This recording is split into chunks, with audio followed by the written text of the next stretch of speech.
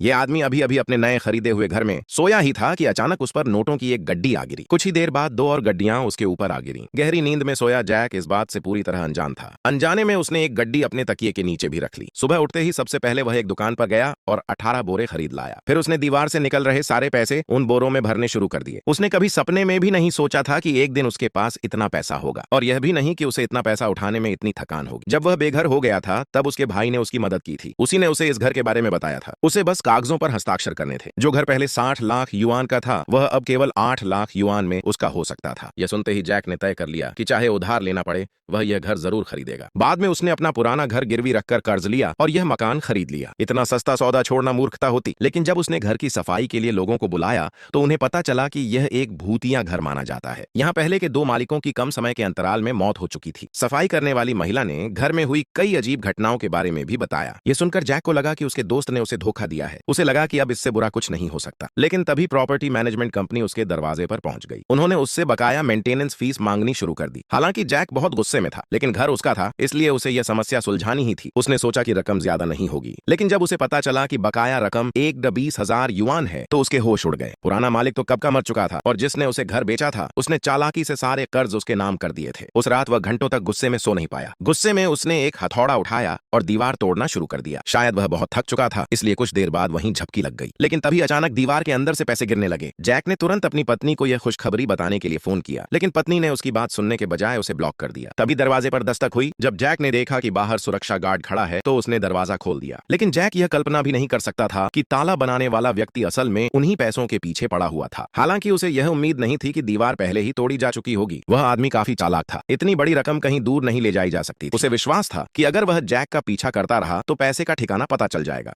उसने दिखावे के लिए जैक के घर नया फिंगरप्रिंट लॉक लगाया, लेकिन असल में वह उस पर नजर रख रहा था। उसे नहीं पता था कि जैक भी काफी सतर्क था। आखिर